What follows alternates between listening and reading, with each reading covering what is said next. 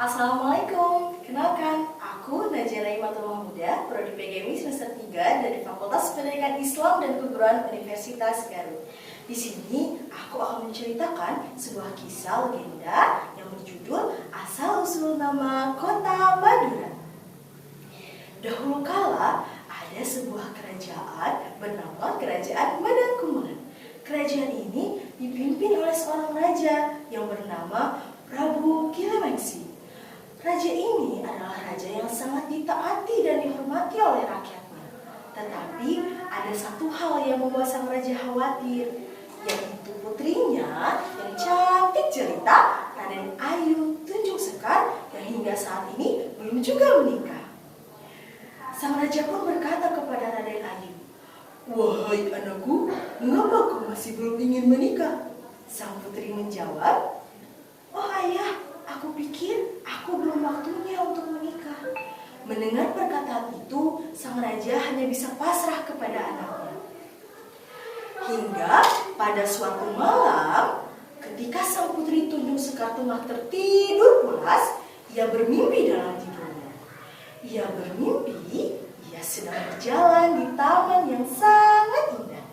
Ketika ia berjalan, ia melihat sebuah bulan purnama yang sangat terang. Ketika ia melihat bulan purnama itu, ia merasa heran mengapa bulan purnama itu tiba-tiba mendekat ke arahnya. Dan ternyata bulan purnama itu masuk ke dalam tubuh Putri Tunjung Sekar. Putri pun merasa terkejut dan terheran. Ia pun terbangun dari tidurnya dan membangunkan Inang, seorang pengasuhnya sedari kecil. "Inang, Inang, aku tadi bermimpi. Ada bulan purnama yang masuk ke dalam tubuhku." Kata Inang, "Tenanglah, mimpi hanyalah kembang tidur. Sekarang kembalilah tertidur." Mendengar ucapan itu, sang putri pun kembali tertidur. Beberapa hari setelah kejadian itu, ternyata Putri Tunjung Sekar tengah mengandung. Ia mengandung dalam keadaan belum menikah. Berita ini sudah diketahui oleh seluruh kerajaan. Dan akhirnya, sang raja pun marah besar kepada sang putri. Ia memanggil sang putri. "Ada apa ayah? Kenapa kau memanggilku?" "Wahai anakku, kau sudah mempermalukan bangsa ini. Seharusnya kau menikah." "Ayah, bukan seperti itu. Tapi aku bermimpi ada bulan purnama yang masuk ke dalam tubuhku. Mungkin hal itu yang membuatku mengandung."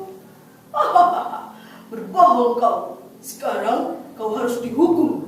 Akhirnya, sang raja pun akan menghukum sang putri. Ia pun memanggil Ki Patih Pranggulang untuk menghukumnya. "Ada apa, tuanku?" "Bawalah Putri Tunjung Sekar ke dalam hutan dan hukum dia, bunuhlah dia." Setelah mendengar pernyataan sang raja, ia pun Patih Pranggulang membawa sang putri ke dalam hutan. Setelah 1 hari dalam perjalanan, mereka pun sampai di dalam hutan dekat laut. Dan sang putri berkata, "Wahai Ki Patih, silahkan hukum mati kau laksanakan terhadapku. Tetapi jika aku tidak bersalah, maka aku tidak akan bisa dihukum." Setelah mendengar perkataan itu, Ki Patih pun langsung menebaskan pedangnya kepada sang putri. Tetapi suatu keajaiban, sang putri tidak bisa dibunuh. Ia pun menyimpulkan bahwa sang putri tidak bersalah.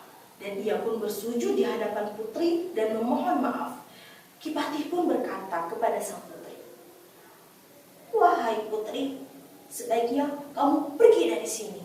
Akan kubuatkan kau perahu untuk meninggalkan tempat ini. Dan aku pun tidak akan kembali ke kerajaan." Akhirnya, setelah beberapa waktu, Ki Patih pun selesai membuatkan sang putri perahu untuk meninggalkan tempat ini. Sang putri pun sekarang sudah menaiki perahu itu dan meninggalkan tempat itu secara pelan-pelan. Akhirnya, setelah menjelang malam, sang Ki Patih pun masuk ke dalam hutan dan mengganti namanya menjadi Kepolek. Ketika sang putri tengah berada di tengah laut, ia pun terombang-ambing di tengah lautan. sang putri hanya bisa berserah kepada Tuhannya. Pada suatu malam, ia melihat bulan purnama lagi, seperti dalam mimpinya. Ia pun merasa heran dan aneh. Bulan purnama itu sangat terang seperti dalam mimpinya. Ketika bulan purnama ini rembang, ternyata perut sang putri merasa sakit. Dan tiba-tiba sang putri melahirkan seorang putra yang indah parasnya. Ia pun menamainya Raden Sagara, yang artinya laut. Ketika ia tengah berada di tengah laut, hingga suatu hari mereka melihat sebuah pulau di sudut sana. Ia melihat sebuah pulau yang sangat luas. Mereka pun berpikir akan tinggal di pulau itu. Dan ketika mereka akan turun, ternyata Raden Sagara tiba-tiba melompat dari pangkuan ibunya dan berlari menjadi seperti anak berusia 2 tahun. Sang putri merasa heran, tetapi ia tahu sejak awal ini semua adalah keajaiban baginya. Maka dari itu mereka pun berjalan menyusuri tanah lapang itu. Ketika ia melihat di sudut sana, ternyata ada sebuah pohon besar di ujung. Ia melihat sebuah sarang madu di dahannya. Akhirnya mereka pun mendekatinya dan memakan sarang madu itu.